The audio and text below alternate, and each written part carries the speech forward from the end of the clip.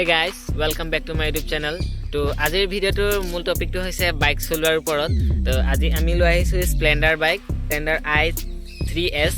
তো হেতু বিষয়ে আপুনি চাও যে আজি বাইক কেনেকৈ চলাব পাৰি, বাইক চলোৱাৰ প্ৰসেসটো কেনেকৈ কি কৰিব লাগে, বিগিনাৰ এজনে যদি নতুন ড্ৰাইভাৰ এজনে বাইক চলাবলৈ যেতিয়া যায় তো কি সাৱধানতা অৱলম্বন কৰিব লাগে সেই বিষয়ে জানিম।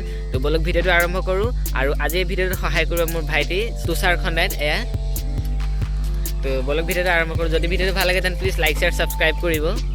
গাইস এটো হৈ গল আমাৰ মিটাৰ বক্স। প্ৰথম ইয়াৰ পৰা আমি আৰম্ভ কৰো। তো এইটো মিটাৰ আপোনাৰ যোনটো মাজত দেখাইছে কিলোমিটাৰ দি, এটো পাৰ কিলোমিটাৰ কিমান প্ৰতি ঘণ্টাত চলিছে এটো দেখাইছে, আৰু ওপৰত দেখাই আছে টোটাল জালে কিমান ঘণ্টা চলিছে, আৰু এটো ফিউলৰ দিয়া আছে, আৰু এটো নিউট্ৰেলৰ বিষয়ে আপোনালোকক আৰু অলপ পিছতকে জনাই দিম। তাৰ পাছতে এতিয়া চাম আমি এটো হৈ গল এক্সিলাৰেটৰ, আৰু এটো সেলফ, আৰু এটো দিয়া আছে i3s বুলি দেখিছে। এটো নিউ টেকনলজি হয়। এটো একচুয়ালি বাইকত গৈ থাকোতে যেতিয়া ঘপককে ৰখি যায় তেতিয়া নিউট্ৰেল কৰি যেতিয়া আপুনি ক্লাছ ক্লিক কৰি ক্লাছ দাবিব তেতিয়া অটোমেটিক বাইক ষ্টাৰ্ট হ'ব। এতিয়া আমি ইটো পাৰে চক, এটো গল হৰ্ন, আৰু এটো সিগনেল লাইট। এফালে হৈ গল আপোনাৰ ৰাইট, আৰু এটো পাৰ হৈ গল এটো চক ৰাইট, আৰু এপিনে ক্লিক কৰিলে লেফট, আৰু মাজত ক্লিক কৰিলে অফ হ'ব। ঠিক আছে। আৰু এটো চক হেডলাইট, এটো আপ ডাউনৰ, আৰু এটো ডিপাৰ। এটো ধৰি লওক সাডেনলি গাড়ী আহি আছে আগফালৰ পৰা, সিগনেল দিবলৈ আপুনি এনেকুৱা ক্লিক কৰিব পাৰিব। তাৰ পাছতে আপোনাৰ এফালে চক লেফট সাইডে দিয়া আছে গিয়াৰ। এটো হৈ গল এইটোত নিউট্ৰেল কৰিব লাগে, আৰু এটোত গিয়াৰ দিব লাগে। গিয়াৰ দিবলৈ হ'লে তো এইপিনে পৰা এটো বেক সাইডত এৰি দি চেপিব লাগিব, তেতিয়া হেব ওৱান গিয়াৰ শিফট হ'ব। তাৰপিছত নিউট্ৰেল কৰিব হ'লে সেম আগফালে দাবিব লাগিব। এটো চক কেনেকৈ দাবিছে তেতিয়া হ'ল নিউট্ৰেল। এতিয়া আমি যাওঁ ইটো পাৰে, অৰ্থাৎ ৰাইট সাইডে এটো চক পাছফালৰ ব্ৰেক এটো, আৰু এটো ডিস্ক ব্ৰেক অৰ্থাৎ আগ ব্ৰেক। তো এই এখন চলাবলৈ কি প্ৰসেস মানে কি বস্তু জানিব লাগে সেই বিষয়ে আপোনালোকক জনালো।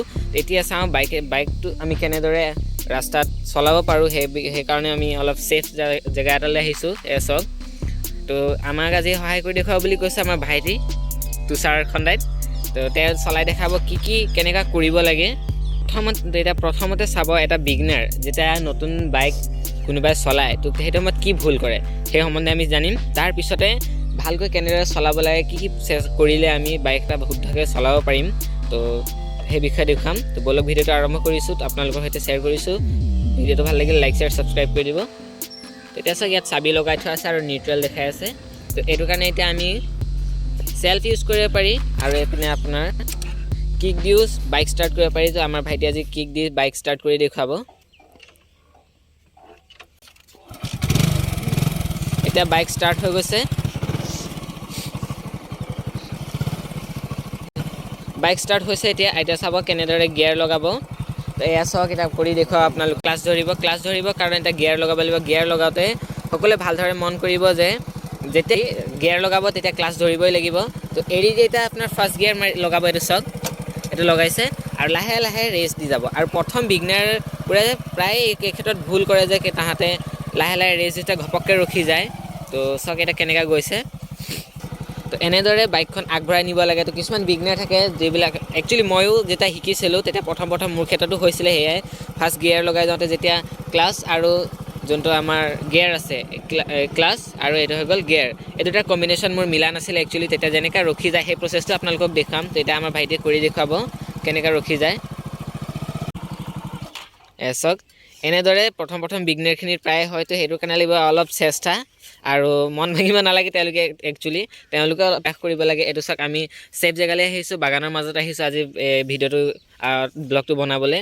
তো এতিয়া আমি বাইকত বহি প্ৰচেছটো একেবাৰে কৰি যাওঁ। টোটেল ইয়াত 4টা গিয়াৰ আছে এইখনত, আৰু ইয়াত যেতিয়া ঝাটকা মাৰে বাইকটো যেতিয়া ৰখি যায় তেতিয়া ইয়াৰ যোনটো আপোনালোকক কৈছিলে এইটো চাওক ইয়াত লিখি থোৱা আছে i3s বুলি।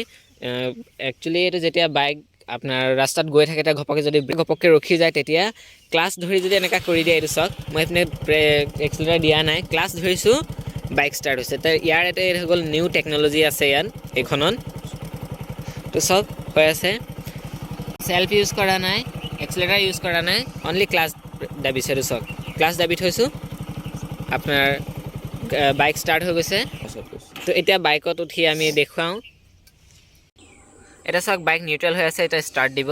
এটা সেলফ ইউজ কৰিছে, এইপিনে ক্লাছ দাবিছে ক্লাছ দাবাৰ পাছতে আপনি চাওক ফাৰ্ষ্ট গিয়াৰ লগাইছে ফাৰ্ষ্ট গিয়াৰ লাগিছে এটা লাহে লাহে ৰেস দি যাব এটো চাওক গাইস ভিডিওটো যদি ভাল লাগে লাইক কৰি দিব আৰু লগতে মোৰ চেনেলটো সাবস্ক্ৰাইব কৰি ল'ব এনে ধৰণৰ নতুন নতুন ভিডিও পাই থাকিবলৈ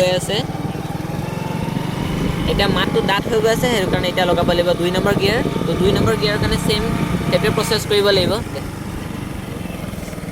2 নম্বৰ গিয়াৰ লগালে আৰু আপোনাৰ যেটা গিয়াৰ লগায় তেটাও ক্লাছ ধৰি থাকিব লাগে আপোনালোকৰ মনত ৰাখিব আৰু সব গৈ আছে এতিয়া আকৌ 2 নম্বৰ গিয়াৰত গৈ আছে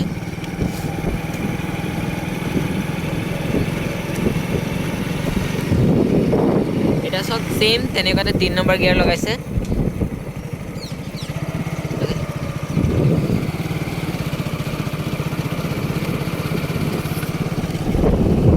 তো এটা লগাব 4 নম্বৰ গিয়াৰ কাৰণে সব ক্লাছ প্ৰেছ কৰিছে আৰু আপুনি 4 নম্বৰ গিয়াৰ